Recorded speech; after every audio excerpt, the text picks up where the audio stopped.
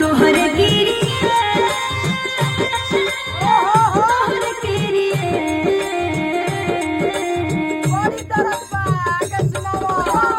तोहरे गिरिए तोहरे गिरिए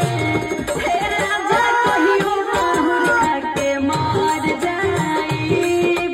पियल ना छोड़बो तो कुछो कर जाई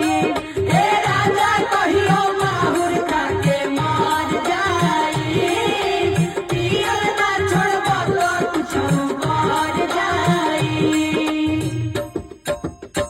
शीशा में देखा पिया अपन दासा दासा छोड़बो की ना हो शीशा में देखा पिया अपन दासा दासा छोड़बो की ना हो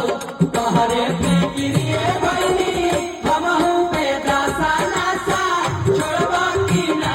हो तोहरे फिक्रिए भइनी हमहू पे दासा दासा छोड़बो की ना हो सारा कमाई अपन माटी में मिलई हो तू ही बोल राजा बबुआ के कखियईबा हई बाली बिंदिया राजा जी कहाँ से आई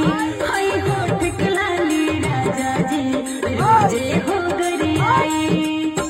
तोहरे भिरिए तोहरे भिरिए हे राजा कहियो माहुर खाके मार जाई पियल ना छोड़बो तो कुछो कर जाई हे राजा कहियो माहुर खाके मार जाई पियल ना छोड़बो तो कुछो कर जाई अरे ना पियब रे, ज्यादा आज से ना पियब।